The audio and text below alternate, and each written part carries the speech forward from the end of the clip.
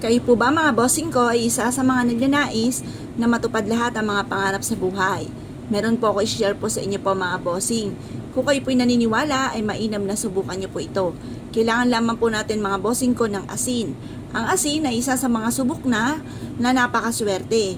Kung kayo po ay parang pakiramdam ninyo, paborito kayo ng kamalasan, asya, gamitan niyo na po ito ng asin. Kaparanggot na asin sa paliguan po mga bossing ko ng inyo pong tubig ay maaaring ma-wash out lahat ang mga kamalasan na kumapituko na po sa inyo po mga bossing. Kaya kailangan gamitan natin ito ng asin. Marami kayong pwedeng gawin mga bossing. Maglagay ka ng isang mangkok o isang baso na asin sa ilalim ng inyong higaan.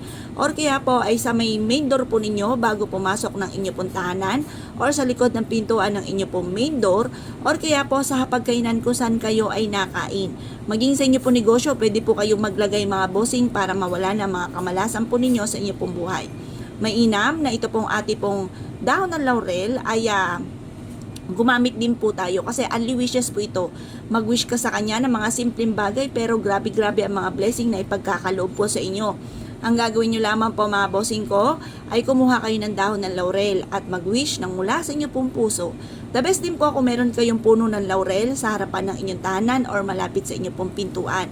Pwede nyo rin po ito ipasok sa loob ng inyong pong tahanan. Ang dulot po nito ay napakaswerte mga bossing. Ngayon po ang gagawin lamang po ninyo mga bossing ko ay kumuha po kayo ng dahon ng laurel at asin. Pagsasamahin po natin to, halimbawa isang baso na asin at tapos tusukan nyo ito ng dahon ng laurel. Subok na po ito na napakaswerte. Isa po ito sa napakapaborito ko na pampaswerte. Basta ang ating asin mga bossing ko ay nananatiling puting-puti, malinis, okay po yan. Huwag lamang po mga bossing ko matutunaw ang asin. Ang ibig sabihin kapag natunaw ang asin ay marami siyang nahigop ng mga negatibong enerhiya.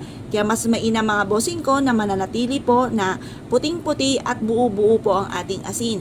Kaya na po mga bossing, huwag kayo matatakot kasi may bossing din ako na nanigas daw ang pinakaibabaw ng asin. Okay lang po yun kasi kumuha ka po ng kutsara at ito po'y haluin ninyo. Yan po mga bossing ko ay buo-buo pa rin. Nanigas lang ang mismong ibabaw.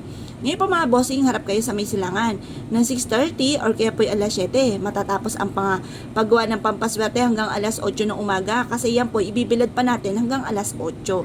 Kaya maglalaan ka ng oras ng pagbibilad. Mag-wish po kayo kung ano ang nais po ninyo. Halimbawa mga bossing, dati mga bossing, lagi lang ako humihiling ng dagdag ng 10,000 sa bawat buwan na dumarating sa amin pero labis-labis ang dumating na blessing. Kaya gawin nyo rin po ito mga bossing.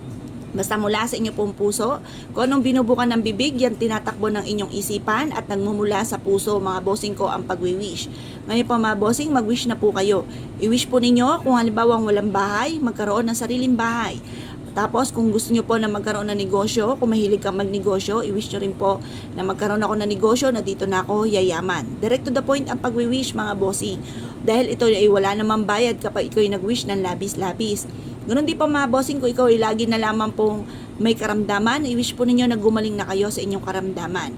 Kung kayo pa mga bossing ko ay lagi na lang napagchichismisan, ang ibig sabihin niya kapag kayo napagchichismisan, artista ka sa kanilang paningin. Kapag naman naiinggit sila sa inyo, higit ka kaysa sa kanila. Mas mainam na ikaw nakakainggitan kaysa ikaw ang naiinggit mga bossing. Kaya lang po, kailangan meron tayong proteksyon kasi kung ano man po yung gawin po nila, manalangin ang masama sa inyo at or kaya mga palipad hangin ay hindi tatalab mga bossing. At ito ay kaagad babalik sa taong naiinggit or kaya po ay chinichismis ka. Ngayon pa mga bossing, mag-wish na kayo na mula sa inyo pong puso. Proven po ito na maswerte.